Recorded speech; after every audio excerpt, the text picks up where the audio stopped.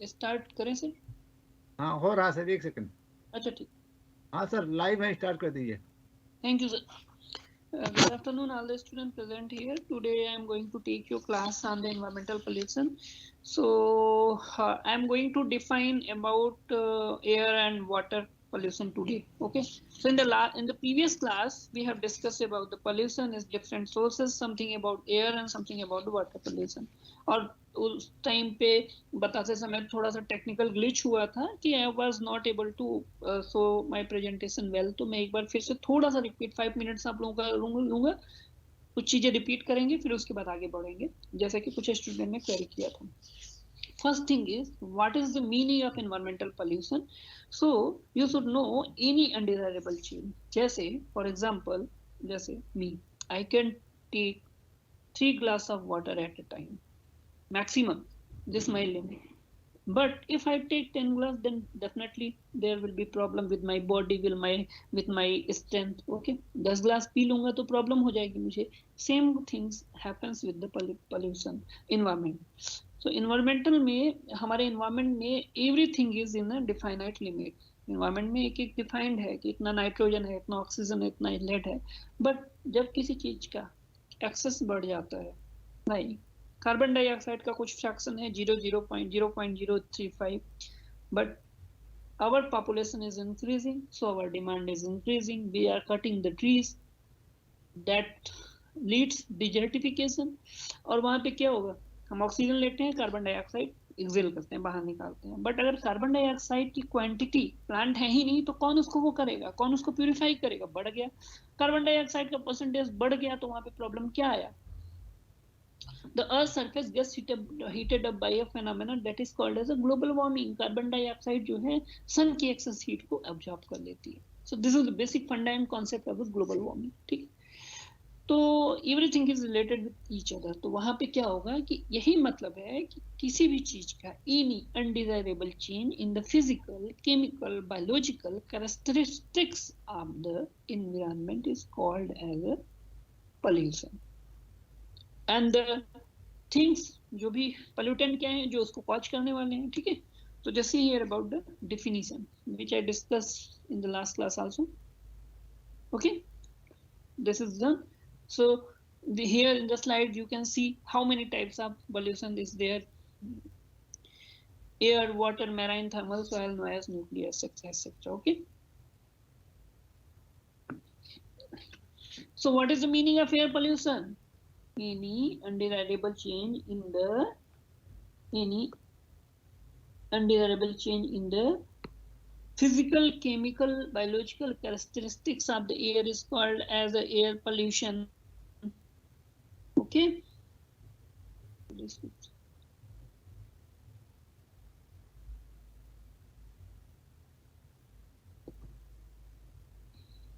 Okay.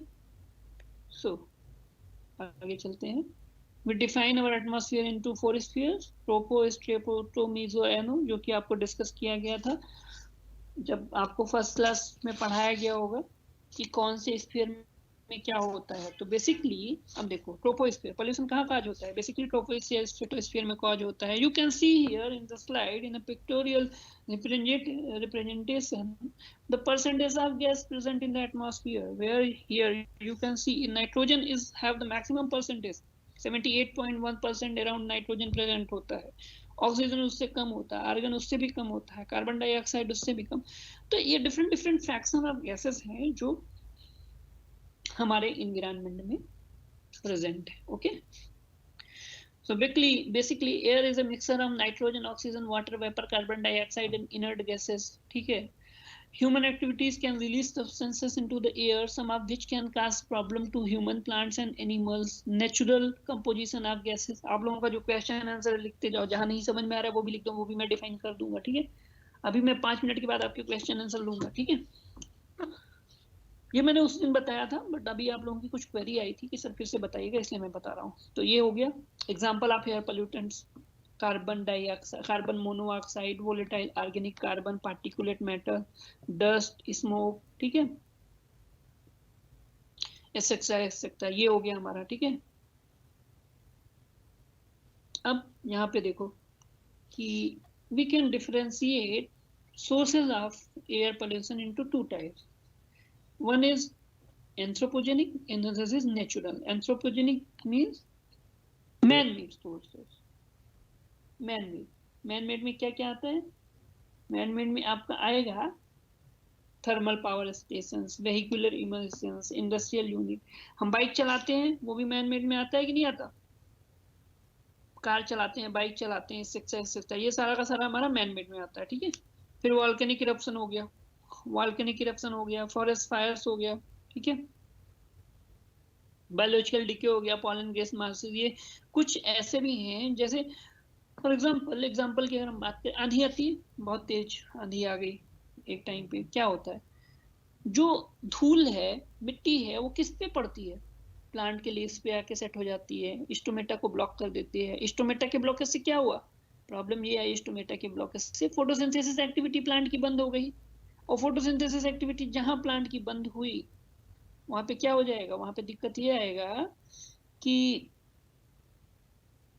उसको fooding जो fruit बनाता है, वो फ्रूट बनना बंद हो जाएगा. ठीक है. तो right now we should think about how to control the air pollution sector. Okay, वो हम अभी आगे बताते हैं आप लोगों को. ठीक है. अब देखो यहाँ पे, अभी आपका सॉइल पोल्यूशन भी लेना है आज. ये मैंने बता दिया था, डिटेल में बताया था उस दिन, तो I am not going into detail. ये आपको पता ही है. Classification of air pollutants, how we can classify air pollutants into how many sources. One is primary pollutant, another is secondary pollutant, isn't it? Primary and secondary pollutant. ठीक है.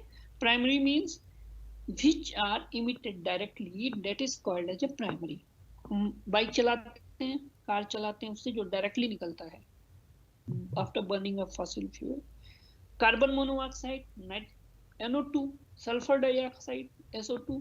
Secondary pollutants वो होगा when these kind of gases went into the atmosphere and combined with each other and form different kind of gases.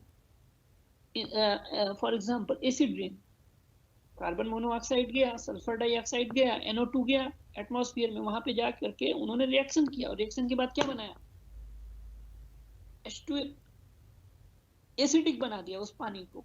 Precipitation less than 6 pS is called as acid rain. Acid rain के form में बरसा, तो वो secondary pollutant है.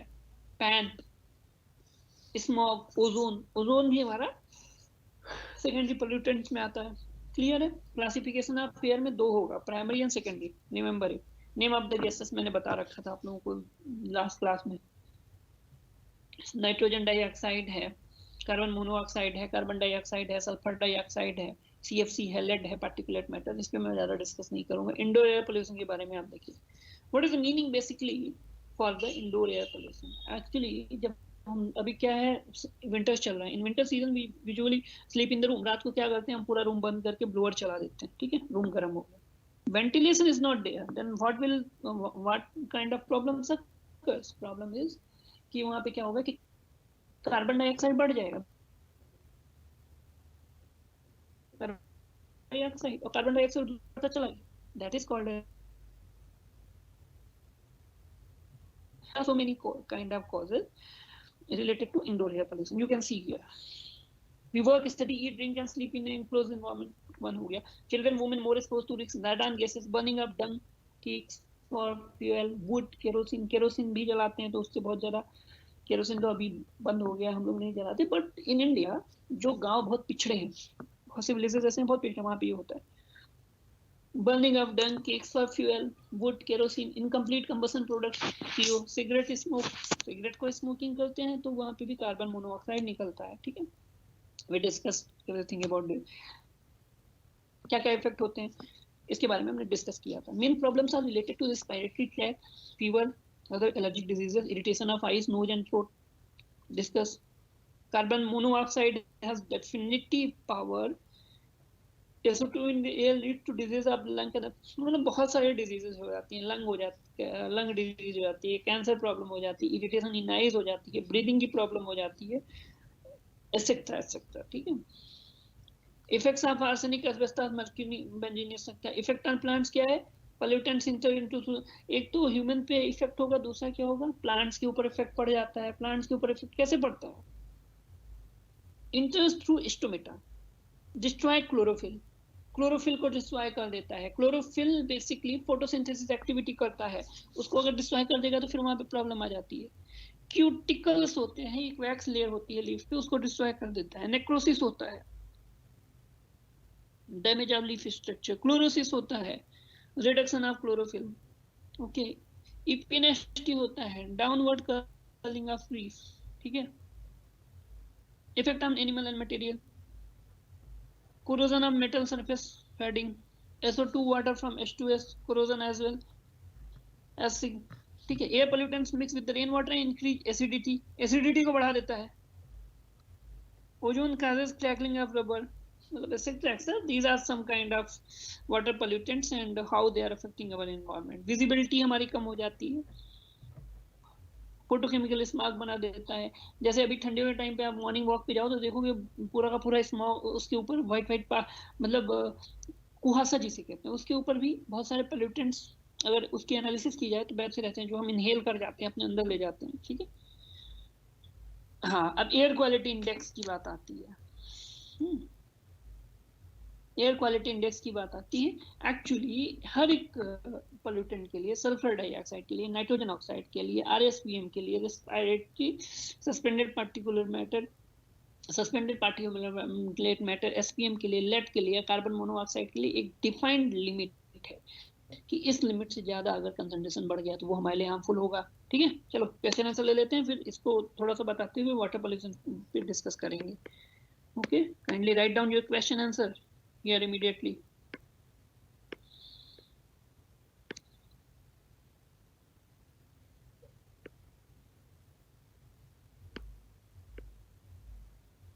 Great।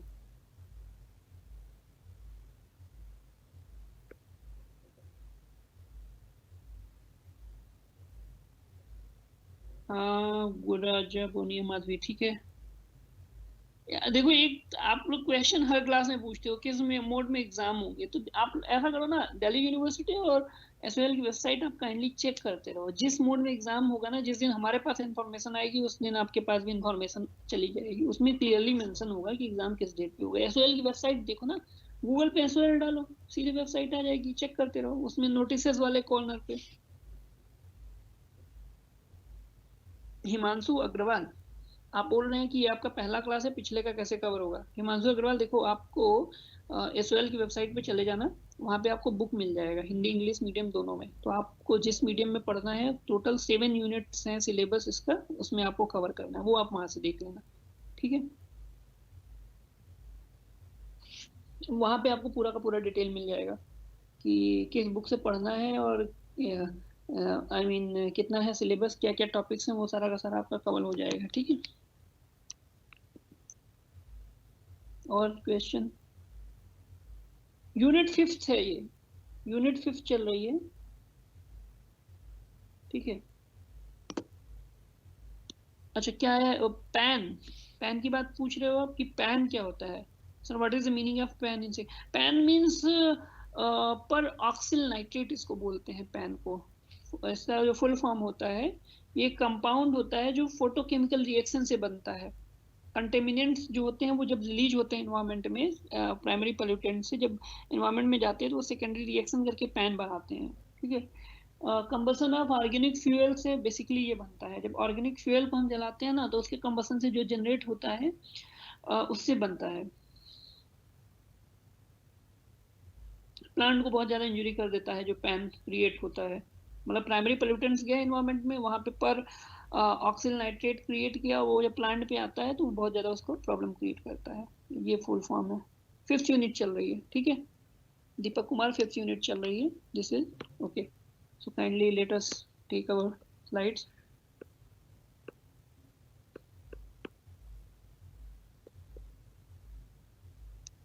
ठीक है, तो आपको टोटल जिसकी पहली क्लास है उसको मैं बता दूं, आपका 7th यूनिट है टोटल, जिसमें से आपकी 5वीं यूनिट चल रही है, इसके बाद 2 यूनिट और आपकी बचेगी जो आपको कवर करना होगा। ठीक है, अब देखो ये है कुछ डिफाइंड लिमिट है, जैसे हम 3 ग्लास ऑफ वाटर में पी सकता हूँ, लेकिन मैंने 10 ग्लास पी लिया तो मेरे लिए हार्मफुल हो गया। वैसे ही इन्वायरमेंट में हर एक चीज की एक डिफाइंड लिमिट है। सल्फर डाइऑक्साइड इंडस्ट्रियल एरिया में 80 ppc 80 माइक्रोग्राम पर मीटर क्यूब से 120 माइक्रोग्राम पर मीटर क्यूब होना चाहिए, उससे हाँ उससे ज्यादा होगा तो वो हमारे लिए हार्मफुल हो जाएगा। ठीक है, रेजिडेंशियल में कुछ और है, कुछ एरिया सेंसिटिव एरिया में कुछ और है। ठीक है, तो ये एक डिफाइंड क्राइटेरिया है जिसको हम एयर क्वालिटी इंडेक्स कहते हैं, जिसके बेसिस से हम बताते हैं कि वहां पे वो पोल्यूटेंट कितना है, किस लेवल पे है। कंट्रोल ऑफ एयर पोल्यूशन पे आ जाते हैं कि how to control the air pollution.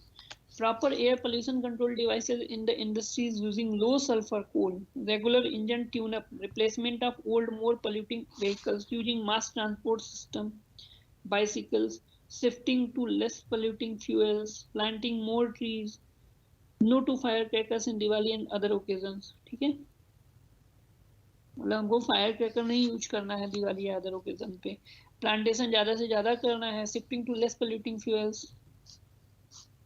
means what we are basically using, we are using fossil fuel, that is petrol, diesel, etc. and if we use biodiesel जो jatropha से बनता है, ये सब हम यूज करते हैं। ठीक है, there are some control devices like cyclone separator, bag house filters are there। ठीक है, साइक्लोन सेपरेटर है, बैग हाउस फिल्टर है, इसके थ्रू हम पोल्यूटेंट्स को कंट्रोल कर सकते हैं। लाइक एयर प्यूरिफायर, बहुत सारी जगह पे देखो, अभी दिल्ली में कुछ रेस्टोरेंट ओपन हुए हैं जहाँ पे एयर प्यूरिफायर का कॉन्सेप्ट है। They are basically purifying the air, और वहाँ पे एयर तो प्यूरिफाई हो जाता है सॉरी, एयर जब प्यूरिफाई हो जाता है तो प्यूरिफाई होने के बाद वो एयर, उसके लिए हमको एक्स्ट्रा चार्ज करना पड़ेगा। तो जैसे ही आप गूगल करोगे कि एयर प्यूरिफायर या मतलब fresh air restaurant in Delhi, तो आपको मिल जाएगा। तो जैसे एक डिस्ट्रिक्ट का स्ट्रक्चर होता है, वहां पे डीएम एसडीएम होते हैं, same kind of thing with the for controlling our pollution. Government has established central pollution control board and in parallel, मतलब उसके उन्होंने state pollution control board organise किया। The main work of central pollution control board is to organise, is to summarize all the things. They have nearly about 342 operating stations covering 127 cities में इन्होंने अपना पूरा का पूरा नेटवर्क फैला रखा है। So what basically they do, the main agenda and main work they do is like if any industry, any textile industry is producing 100 products in a day and they are generating air and water pollutants. So government told CPCB, as per the norms, and CPCB directed that industry don't produce 100 products, more than 100 products in a day. But if the industry is producing 150 products or 200 products, then definitely there will be increase in pollutants and pollution in our atmosphere. Okay. CPCB बोलता है 100 बनाओ, उसने बना दिया 150, CPCB के नाम के हिसाब से 150 होना चाहिए, तो वहां पे पोल्यूशन बढ़ जाएगा। तो सीपीसीबी उसी को कंट्रोल करता है, देखता है। ठीक है, ये सीपीसीबी का कॉन्सेप्ट है, एसपीसीबी का कॉन्सेप्ट है, और रिसर्च भी करते हैं, they are also employed in research and all. Okay, then water pollution, what is the basic definition of water pollution? Any undesirable change in the physical, chemical, biological structure of the water is called as the water pollution. Then types of sources, one is point and another is non-point source. What is the meaning of point and non-point? Non-point source means the pollutants emitted directly from a single point, and if we collect pollutant from a different source, that is called as a non-point source. Okay, examples include runoff, excess fertilizer, herbicide. You heard about the Ganga Action Plan. That kind of plan had two phases, has two phases, Ganga Action Plan 1, Ganga Action Plan 2. Okay, so the main funda of Ganga Action Plan to collect all the wastewater and sewage water from the domestic and the sewage water from the city, and to treat them for the agricultural use. STPTP बनाते हैं हर एक city के किनारे पे, इनका basic concept ये होता है। ठीक है, अब देखो how we can differentiate water pollution, कितने टाइप्स में हम डिफरेंशिएट कर सकते हैं, how many types? One is surface water pollution, second is groundwater pollution, third is marine water pollution. Surface water pollution includes pond में जो pollution हो रहा है, rivers में जो pollution हो रहा है, etc. ठीक है, groundwater pollution, as we know, our main source of drinking water is groundwater. ठीक है, उसके बाद हम मैराइन पोल्यूशन की बात करते हैं, जो कि हम गूगल पे देखते रहते हैं, बहुत सारे वीडियोस आते रहते हैं कि मैराइन में डिफरेंट प्लास्टिक पोल्यूशन बहुत ज्यादा बढ़ गया है या कोई किसी टाइप का पोल्यूशन बहुत ज्यादा बढ़ गया है, ये सब ठीक है। ओके, सो डोमेस्टिक सीवेज ये क्या है? surface water pollution की हम बात कर रहे हैं। refers to waste water that is discarded from household, also referred to as sanitary sewage. Such other contains a wide variety of dissolved and suspended impurities. Okay, the main organic materials are food and vegetable waste. Plant nutrients come from chemical sources, washing powders, etc. Domestic sewage is also very likely to contain disease causing microbes. फिर हम industrial effluent की बात करते हैं domestic के बाद। Domestic हमारा क्या क्या है? डोमेस्टिक बेसिकली हमारा पहला किचन वेस्ट, दूसरा वॉशिंग के थ्रू जो वेस्ट निकला, चाहे हम कपड़े वॉश कर रहे हैं, नहा रहे हैं, एक्सेट्रा एक्सेट्रा। इंडस्ट्रियल एफ्लुएंट क्या है? Waste water from manufacturing and chemical process industry, that can be called as industrial effluent. ठीक है, क्या क्या निकलता है? Chromium, mercury, lead, copper, cadmium, इस तरह के इंडस्ट्रियल एफ्लुएंट निकलते हैं। ठीक है, like if we talk about the tannery industry, tannery industry से क्या निकलेगा? क्रोमियम निकलता है, लेड निकलता है, कैडमियम तक निकलता है। ठीक है, ऐसे ही ऐसे डिफरेंट डिफरेंट इंडस्ट्री है। टैनरी हो गया, लाइक हमारा टैनरी इंडस्ट्री से जो मिल रहा है उससे हमारे सूज बन रहे हैं, लेदर सूज की हम जो बात करते हैं। ठीक है, तीसरा सिंथेटिक डिटर्जेंट एंड ऑयल्स, ये सब जो निकलते हैं। डिटर्जेंट ऑयल क्या है? किसी भी इंडस्ट्री को साफ करने के लिए, कपड़े को साफ करने के लिए जो ऑयल निकलता है वो तो हमारा यही होता है ना, synthetic detergent and synthetic oil ही होता है। Agricultural runoff, we are using and promoting fertilizer, किसके लिए हम कर रहे हैं? एग्रीकल्चरल ग्रोथ को बढ़ाने के लिए। ठीक है, अब एग्रीकल्चरल ग्रोथ को बढ़ाने के लिए हमने यूज किया पेस्टिसाइड्स, हर्बिसाइड्स और फर्टिलाइजर का। Some of the fertilisers are absorbed by the plants and excess जो बचा रह जाता है वो पानी के साथ पॉन्ड में चला जाता है, वो पॉन्ड को बहुत ज्यादा इफेक्ट करता है। ठीक, nitrogen and phosphorus to water causes eutrophication. Eutrophication means excessive growth of any plant in any water body, maybe pond or maybe in river system. जैसे अभी गर्मियों के टाइम में in summers and in rainy seasons इकोनिया होता है, इकोनिया को हिंदी में जलकुंभी बोलते हैं। वो क्या करता है? पूरे के पूरे एरिया को, जितना भी एरिया होता है पॉन्ड का, उसको पूरा कवर कर लेता है। वहां पे क्या कर देता है? एल्गल, मतलब वो और जो भी अदर प्लांट स्पीसीज होती है उनको हटा देता है, दबा देता है। ठीक है, तो वो यूट्रोफिकेशन हो गया। ठीक है, फिर nitrate concentration beyond the permissible limit. ठीक है, दैट मींस ये लिटिल बिट है हमारा सरफेस वाटर पोल्यूशन से रिलेटेड। अब आप लोगों का कोई क्वेश्चन है? अब ग्राउंड वाटर लेंगे फिर आगे चलेंगे।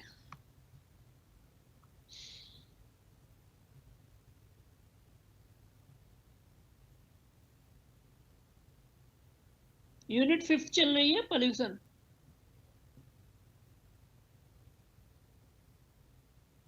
यस अक्षरा, आपका SOL material is enough in the with the point जो भी है आपके सिलेबस के अकॉर्डिंगली।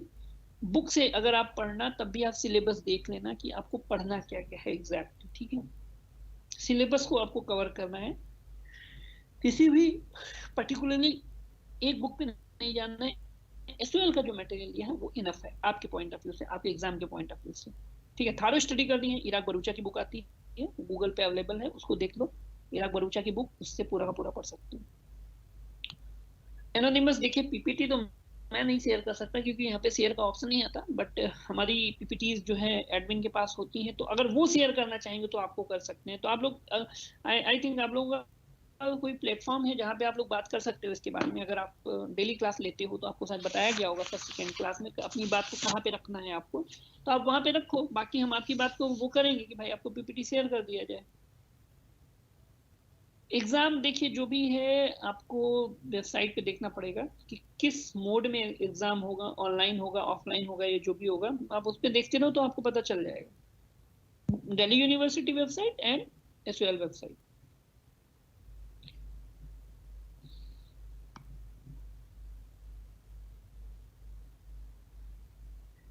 कवर कैसे करूं Himanshu?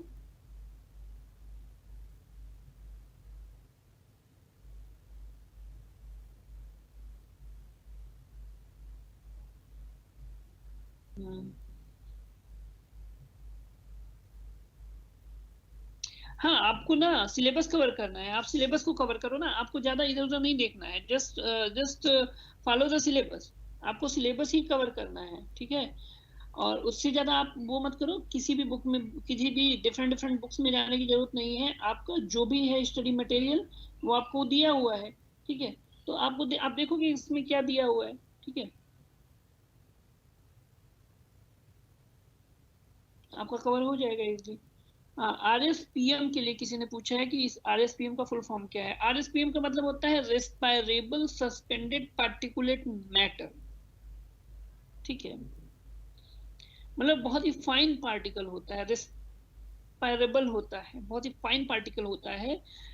Number of health problem, बहुत सारी उसके साथ हेल्थ प्रॉब्लम जुड़ी हुई होती हैं, ब्रीदिंग की, अस्थमा की। रेस्पायरेबल सस्पेंडेड पार्टिकुलेट मैटर, RSPM का यही फॉर्म होता है।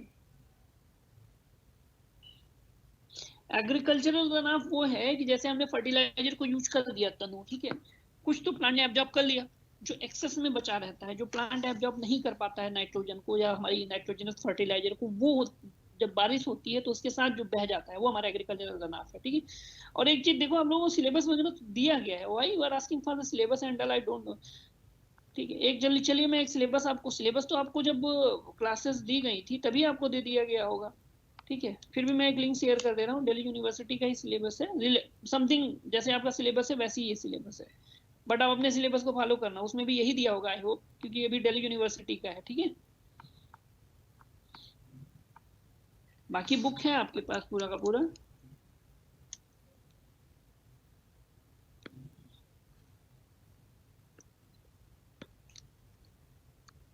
पूरा मटेरियल आपका नेट पे दिया हुआ है। एक मिनट रुकिए, मैं आपको सिलेबस और बुक एक बार शेयर कर देता हूँ फिर से, अगर आपके क्वेश्चन हैं इससे रिलेटेड, ठीक है। ये मैंने सिलेबस शेयर कर दिया और बुक शेयर कर दिया, सिलेबस लेकिन आप अपना फॉलो करना, ये मैंने इसलिए शेयर कर दिया कि ये दिल्ली यूनिवर्सिटी के वेबसाइट पे पड़ा हुआ था, ठीक है। अगर आप बार बार पूछ रहे हो तो just see here about your syllabus and your material of book, Erach Bharucha की बुक मैंने शेयर की है,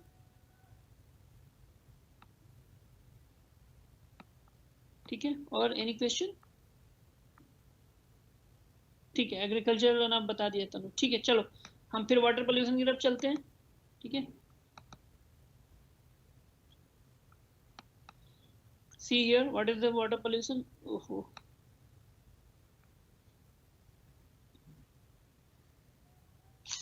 ठीक है। पॉइंट्स और नॉन पॉइंट मैंने बता दिया, सीवेज हो गया, सरफेस वाटर पोल्यूशन हो गया, फिर हमारा ग्राउंड वाटर हो गया, फिर मैराइन पोल्यूशन हो गया, ये सरफेस वाटर हो गया, सरफेस मैंने बता दिया। एग्रीकल्चर रन ऑफ, ये देखो तनु, फिर से स्लाइड देख लो क्या क्या है। फर्टिलाइजर हमने यूज किया, पेस्टिसाइड यूज किया, ठीक है। अब उसमें से कुछ तो ऑब्जर्व हो गया और जो बच गया वो हमारा पानी के साथ बह गया, वही हमारा एग्रीकल्चर रन ऑफ है, जो यूट्रोफिकेशन कॉज करता है, एल्गल ब्लूम कॉज करता है, ठीक है। अब ग्राउंड वाटर पोल्यूशन की हम बात कर सकते हैं।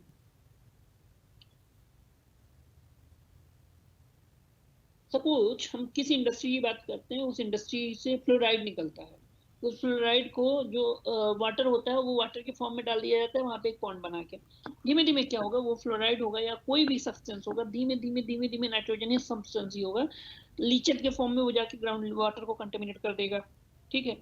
वो होता है हमारा ground water pollution. Andhra Pradesh, Assam, Bihar, Haryana, Himachal Pradesh, Karnataka, Madhya Pradesh, Orissa, Punjab, Rajasthan, यहाँ पे बहुत ज्यादा प्रॉब्लम आ रही है। चलो आगे बात करते हैं इसके बाद। फ्लोराइड पॉइजनिंग में देखो क्या क्या हो जाता है, बॉडी देखो, बॉडी में कैसी डिफॉर्मिटी आ जाती है फ्लोराइड पॉइजनिंग से, स्केलेटन फ्लोरोसिस हो जाता है, टीथ में व्हाइट व्हाइट येलो पड़ जाता है, ठीक है। इंडिया के 65% विलेजेस हैं जो फ्लोराइड पॉइजनिंग के शिकार हैं, ठीक है। Arsenic poisoning, next is arsenic poisoning. What is arsenic poisoning? High level of arsenic above the permissible level of 50 ppb are found in alluvial plains of Ganga, ठीक है। Arsenic contamination in drinking water causes a disease called as arseniocosis, for which there is no effective treatment. Arsenic problems you can see here in the pictorial diagram. हाथ पे कैसे spot पड़े हुए हैं. Depletion of dissolved oxygen, eutrophication, pathogen, biomagnification, genetic deformities, blue baby syndrome, Minamata disease, इटा. So there are 3 kind of diseases related with the water poisoning. ठीक है, कौन कौन से? Blue baby syndrome, Minamata, itai itai, 3 तरह की disease होती हैं, उसके बारे में हम डिस्कस करेंगे। ठीक है,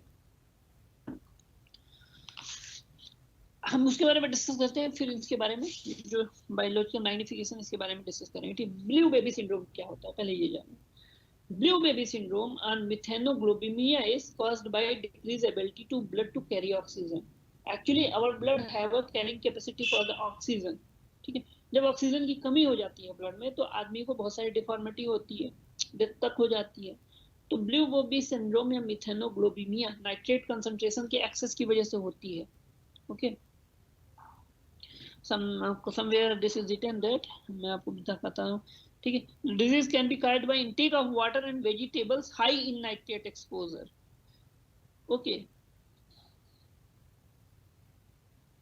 the lips or even the skin start to take on a blue coloration, hence the common name is blue baby syndrome disease. ठीक है, ब्लू बेबी सिंड्रोम क्यों हुआ? मिथेनोग्लोबिमिया हो गया, is caused by the decrease ability of blood to carry oxygen due to intake of water and vegetables high in nitrate exposure to chemical. ठीक है, जब पानी में नाइट्रेट का कंसंट्रेशन ज्यादा होगा, हमने ले लिया, हमारी बॉडी नीली पड़ने लगी, ब्लू ब्लू हो गया। ठीक है, that's why this is called as a blue baby syndrome, and the second name is blue baby methanoglobemia. Okay, second is Minamata disease. Minamata disease first detected in 1956 in Minamata, Japan, where due to mercury poisoning. Mercury was used in the industrial production of acetaldehyde discharged into a nearby bay and was ingested by the organism. वो nearby bay में mercury को छोड़ दिया गया था, उसमें क्या हुआ, fishes and other creatures जो सी में थे उनकी बॉडी में चला गया, and when we ate that वो हमारी बॉडी में आ गया, और मरकरी की वजह से जो पॉइजनिंग हुई वो हमको मिनेमेटा डिजीज कहलाती है। मेथिल मरकरी की वजह से हुई थी, बेसिकली मरकरी का ही फॉर्म है मेथिल मरकरी। ठीक है, then third disease is itai itai.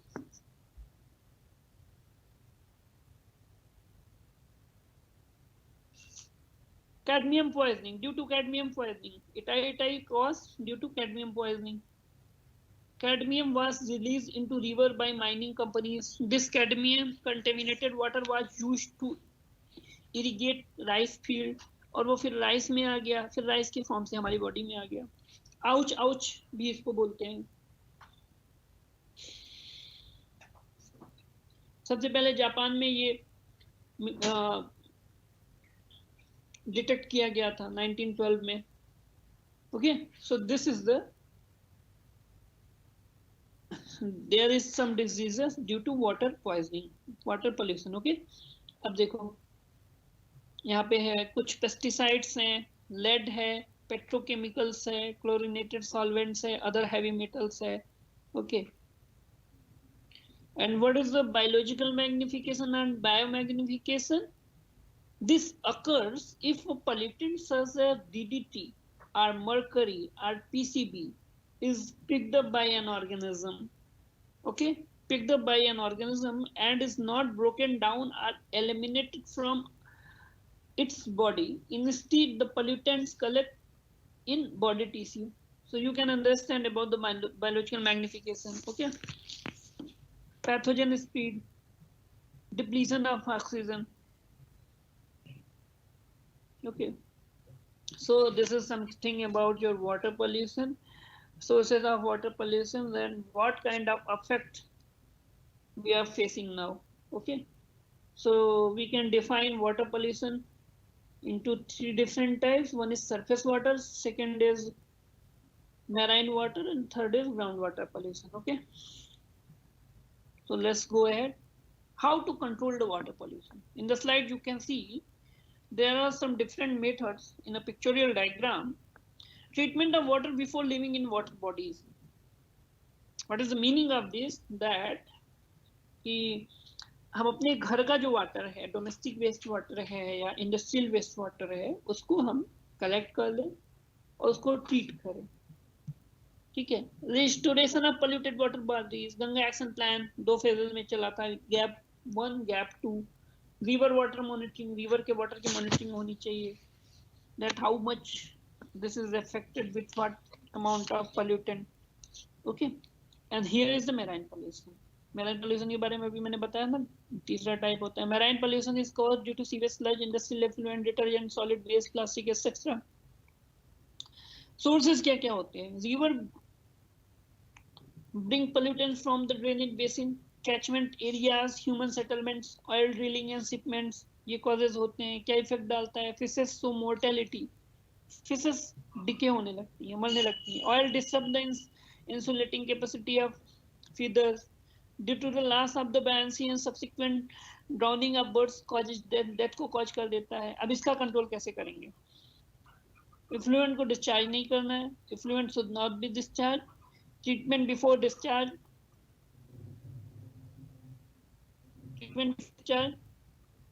Strict law enforcement.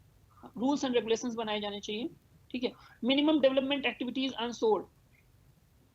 ठीक है. CRZ coastal regulation act. Okay. Then, as I told you earlier, there are some rules and regulations and some of the agencies which are established by Government of India to monitor and to examine all kind of activities which are polluting our water bodies, SPCB and CPCB. So there is a huge network having 445 covering 445 rivers, 154 lakes, and so many water bodies. Okay, so this is all about our water pollution. What is water pollution and what is the source of water pollution? Okay, how to control water pollution and types of water pollution. We discuss all the things in the slides. ठीक है. अब हम आप लोगों का question answer लेते हैं अगर कुछ है आपका तो.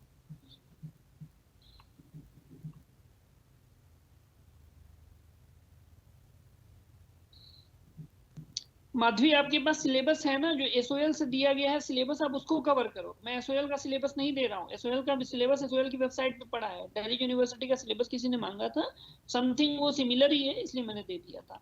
तो माधवी, आप पर्टिकुलरली आपको जो सिलेबस दिया गया है वही आपको फॉलो करना है. एग्जाम का ऑफिशियल नोटिस, अभी तो आपकी क्लासेस चल रही हैं, तो अभी तो मोस्ट प्रोबेबली 28 ये मंथ तो क्लास चलेगा ही, तो आई थिंक मार्च में ही होना चाहिए एग्जाम से related. Akshara, kindly see the book. आपके बुक में ही दिया है वाटर पोल्यूशन और एयर पोल्यूशन, ये दोनों है आपके बुक में. ठीक है. Water pollution, air pollution, pollution का मेन टॉपिक है आपके बुक में, कवर है.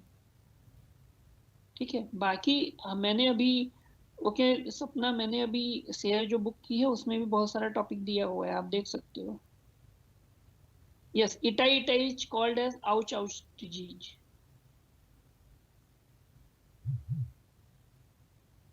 देखिए क्वेश्चन से रिलेटेड ये है कि हो भी सकते हैं एक दो क्वेश्चन ऐसे भी हो जो केस स्टडी से रिलेटेड हो सकते हैं. केस स्टडी में आपका आउच आउच है या इटाई है, मिनेमेटो डिजीज हो गया जो मैंने 3 बताया, ब्लू बेबी सिंड्रोम हो गया. ठीक है.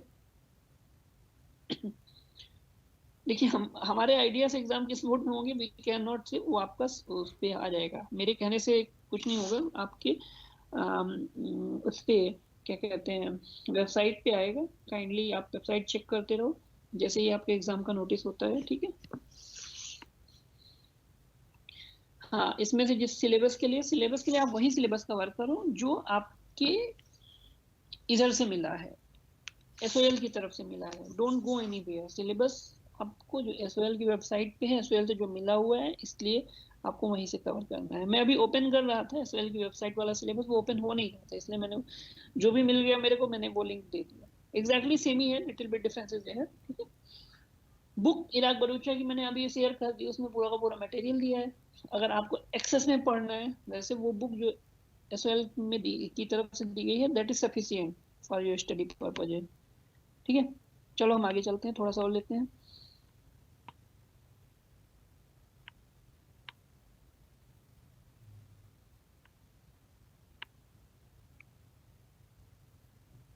हाँ, थर्मल पोल्यूशन क्या है? आई होप कि वाटर पोल्यूशन आप लोगों को पूरा का पूरा समझ में आ गया है. सो एयर और वाटर पोल्यूशन क्लियरली समझ में आ गया है, ठीक है। Presence of waste heat in the water which can cause undesirable change in natural environment. कोई भी एग्जांपल हो, कोई भी इंडस्ट्री है, if there is any food processing industry, then वहां पे जो प्रोसेस होगा, वाटर आएगा उसके अंदर, उसको कूल करेगा और जो वहां की हीट है उसको एब्जॉर्ब करके वो पॉन्ड में या रिवर में डाल दिया जाता है, नंबर 1। नंबर 2, ऐसे ही एयर के केस में भी होगा, वहां पे बहुत सारी एक्सेसिव गैसेस निकलेंगी जिनको एयर चिमनी के थ्रू ऊपर निकाल दिया जाता है, ठीक है, जैसे वो इंडस्ट्रियल एफ्लुएंट से बाहर चले जाए, ठीक है। तो ये जो वाटर होता है, जो एक्सेसिव हीट को, मशीनरी जब चलती है, सपोज हम बाइक चलाते हैं, स्कूटी चलाते हैं या कार चलाते हैं, तो उसका जो साइलेंसर होता है, तो वहां पे एक्सेसिव हीट जनरेट होती है, कुछ भी कंबसन होता है तो हीट जनरेट होती है। तो इस हीट को जब हम पानी डालते हैं तो वहां पे इमीडिएटली क्या होता है, भाप बनने लगता है। तो वैसे ही जो हीट जनरेट होती है इंडस्ट्री की, उसको पॉन्ड में डाल दिया जाता है, कुछ तो पॉन्ड में चला गया, नंबर 1। एक्सेसिव जो बचा पॉन्ड के अलावा रिवर में चला गया, तो वो ये जो हीट होती है वो क्या जनरेट करती है, उससे बहुत ज्यादा प्रॉब्लम्स होती हैं, फिशेस या पॉन्ड इकोसिस्टम को प्रॉब्लम क्रिएट कर देता है, एक्सेट्रा एक्सेट्रा, ठीक है। वाटर का फ्लोरा एंड फाना डिके होने लगता है। सो presence of waste heat in the water which can cause undesirable change in the natural environment is called as a thermal pollution. Okay, so what are the causes there? Heat producing industries, as I told just, okay. Power plants utilize only 1/3 energy produced by fossil fuel. Rest is wastage as heat. Okay, cold water is taken from water body for cooling, used and left in the water body back with increase of 10 to 15. There is a unit to for the analysis of thermal, that is DEG. Okay, तो ये कैसे effect डालता है?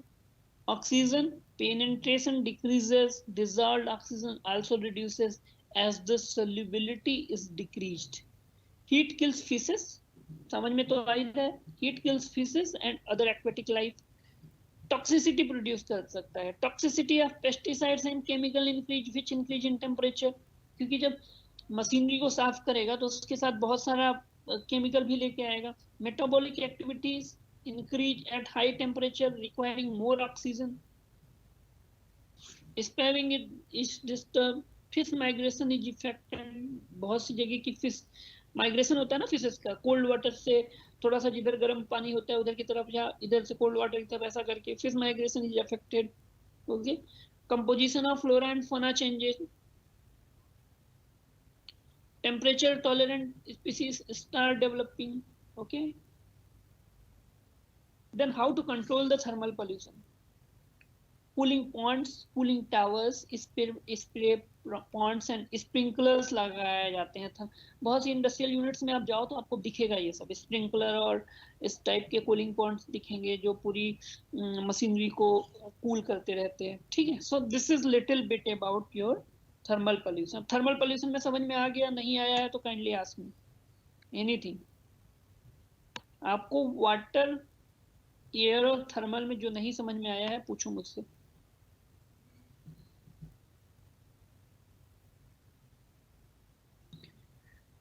आपका total जो है 9 units है, तो आई होप कि इस मंथ में आपका कंप्लीट हो जाना चाहिए, ठीक है एनोनिमस। जो आपका क्वेश्चन है आपका इसी मंथ में सारी क्लासेस कंप्लीट हो जानी चाहिए एज पर माय व्यू।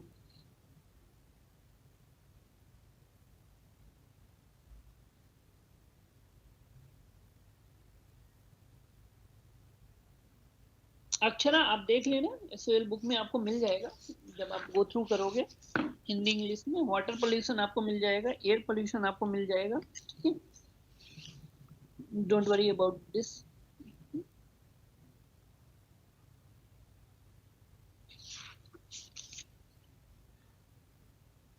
और क्या है आपका क्वेश्चन? एग्जाम का नहीं पता, आप देखते रहो, इस पे काइंडली गो थ्रू करते रहो जो भी होगा, ठीक है। सपना मैं थर्मल पोल्यूशन रिपीट कर देता हूँ। और किसी का? क्योंकि अब फिर मैं आपके क्वेश्चन आंसर नहीं लूंगा, जो पूछना है आप पूछ लीजिए, फिर मैं क्लास को क्लोज करूंगा ना 10 मिनट के बाद। तो just right your questions, if anybody have any kind of question please right immediately. Book से रिलेटेड बुक दे दिया मैंने, अभी सिलेबस भी दे दिया, बाकी सिलेबस तो है ही आपके पास।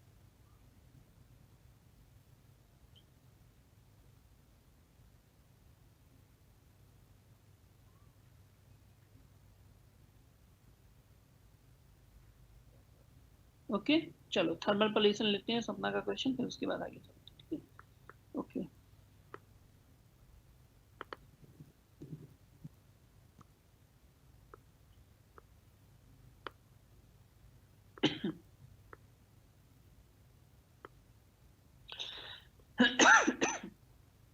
ठीक है, देखो थर्मल पॉल्यूशन क्या होता है बेसिकली समझो हिंदी में, कि जो भी कोई भी इंडस्ट्री होती है, चाहे फूड प्रोसेसिंग इंडस्ट्री हो, टेक्सटाइल इंडस्ट्री हो, और एनी काइंड ऑफ इंडस्ट्री, वहां पे जब प्रोसेस होता है, जब बनता है मैन्युफैक्चरिंग ऑफ आवर क्लॉथ्स है सपोज, तो एक्सेस वाटर जो होता है ना, पानी आता है उस मशीनरी के अंदर, एक कूलिंग पॉन्ड लगा होता है, उस कूलिंग पॉन्ड से या कूलिंग टैप से होता है, निकल के फिर बाहर चला जाता है।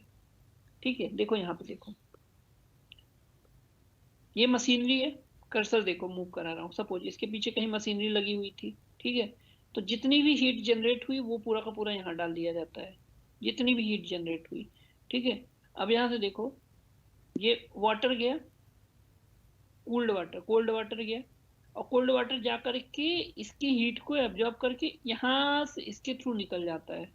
ठीक है, यहाँ से इसके थ्रू निकल जाता है, तो ये क्या करता है, ये कूलिंग इफेक्ट देता है, और ये जो कूलिंग इफेक्ट होता है क्या होता है, ये उस प्लांट को कूल कर देता है। यही है हमारा थर्मल पॉल्यूशन, कि जो हमारा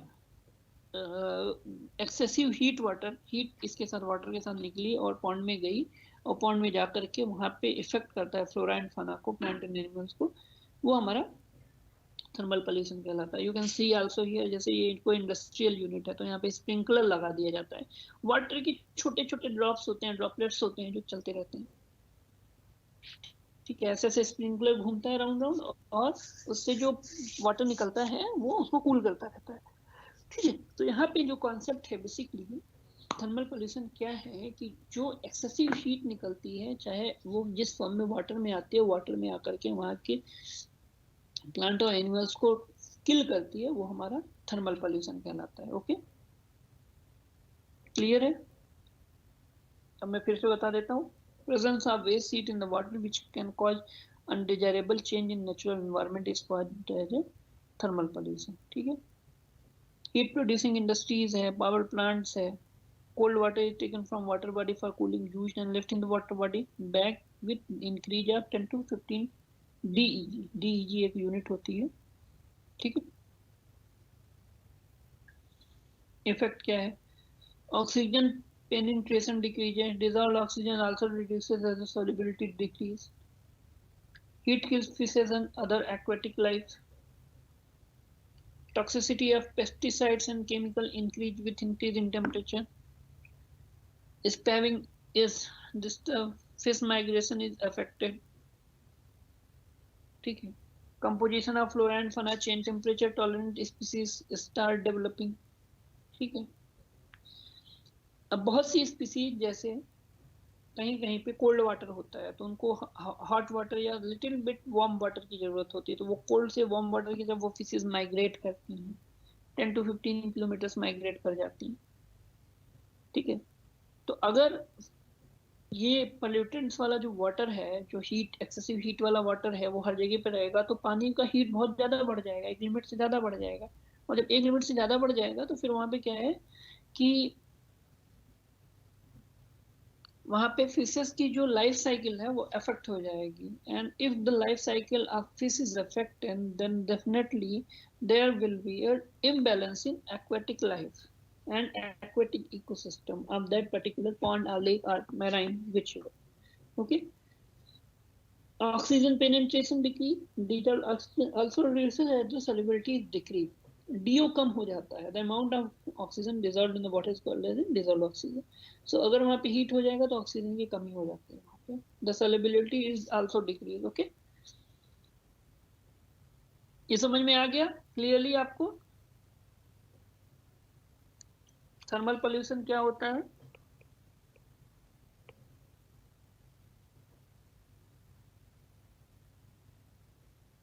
ठीक है, बायोलॉजिकल मैग्निफिकेशन मैं आपको दिखाता हूँ, किसी ने पूछा है। 1 मिनट, स्लाइड में फिर से शो करता हूँ, वेट, आ गया।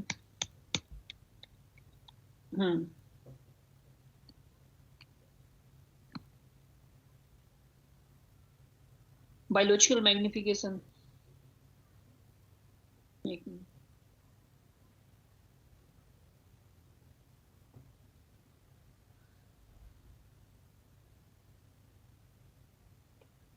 biological magnification occurs with the pollutants such as DDT, mercury, or PCB is picked up off by the organism, is most broken down and is not broken down, eliminated from its body. Instead, the pollutant collects in body tissue. देखो, biological magnification का मतलब है कि suppose कोई चीज हमारी body में आ गई और वो हमारी बॉडी के फूड चेन में टूटती ही नहीं है, ब्रेक नहीं हो पाती है, ठीक है, और वो एक फूड चेन में एक फॉर्म से दूसरे फॉर्म में, मतलब एक ही फूड चेन में वो चलती रहती है। जैसे वाटर में कोई सब्सटेंस था, ठीक है, अब वो प्रोड्यूसर में आ गया, प्रोड्यूसर से कंज्यूमर में आ गया, कंज्यूमर से प्राइमरी कंज्यूमर में आ गया, सेकेंडरी कंज्यूमर में आ गया, सेकेंडरी के बाद ये टर्शियरी कंज्यूमर में आ गया, ठीक है। तो ये हमारा बायोलॉजिकल मैग्निफिकेशन कहलाता है, ठीक है। Biological magnification is the accumulation of a chemical by an organism from water and food exposure, that result in concentration that is greater than would have resulted from water exposure only, ठीक है। एक minute में simple words में आपको समझा देता हूँ क्या होता है कि सपोज हमने व्हीट के राइस की फील्ड में नाइट्रोजन डाल दिया, ठीक है। वो नाइट्रोजन जब हमने खाया, हमने व्हीट या राइस को लिया, तो वो एक्सेस उस व्हीट राइस के साथ हमारी बॉडी में आ गया, ना। अगर उसी व्हीट या राइस को मान लो रैट ने खा लिया, रैट सपोज, ठीक है, रैट ने खा लिया, रैट को ईगल ने खा लिया, तो वो ईगल की बॉडी में चला गया, हमारी बॉडी में आ गया। हमारा जब यहाँ कोई ह्यूमन बॉडी डिके हुई, तो डिके होने के बाद क्या हुआ कि वो माइक्रोब्स ने खाया, मतलब कि एक साइकिल चलती रहती है, ठीक है। किसी फील्ड में नाइट्रोजन फर्टिलाइजर का यूज है, ग्रास लैंड है, ग्रास को कौन खाएगा, ग्रासोफर खाएगा, उसकी बॉडी में आ गया। ग्रासोफर को कौन खाता है, फ्रॉग्स, तो that will gone to frog में चला गया, फ्रॉग को कौन खाएगा, स्नेक में चला गया, snake will be eaten by the hawks, मतलब जो बाज होता है उसके थ्रू, तो उसमें चला गया, और वो जब डिके हुआ तो फिर वो बॉडी में आ गया। That is called as a biological magnification, जो उसका एक फॉर्म से दूसरे फॉर्म में उसका एक रास्ता बन जाता है, ठीक है।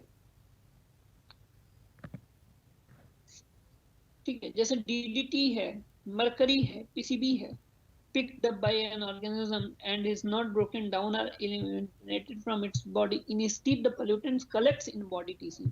वो बॉडी में ही रह जाते हैं ये सारे pollutants, ठीक है। तो ये हमारा बायोलॉजिकल मैग्निफिकेशन कहलाता है। अब देखो बायोलॉजिकल मैग्निफिकेशन में क्या क्या है, लेड है, पेट्रोकेमिकल, क्लोरीनेटेड सॉल्वेंट्स है, अदर हैवी मेटल्स एटसेट्रा, ये सारा का सारा बायोलॉजिकल मैग्निफिकेशन में आता है। Is it clear now,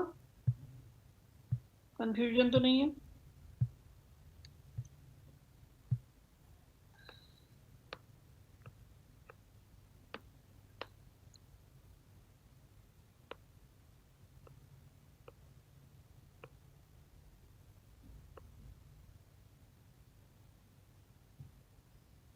okay student, फिर आज की क्लास को हम क्लोज करते हैं and we will meet in next class, ठीक है। फिर हम डिस्कस करेंगे नेक्स्ट क्लास में सॉइल पोल्यूशन और नॉइज पोल्यूशन के बारे में, नॉइज और सॉइल के बारे में बात होगी, और ये चैप्टर को कंप्लीट करेंगे। Okay, so we will meet in next class. Thank you.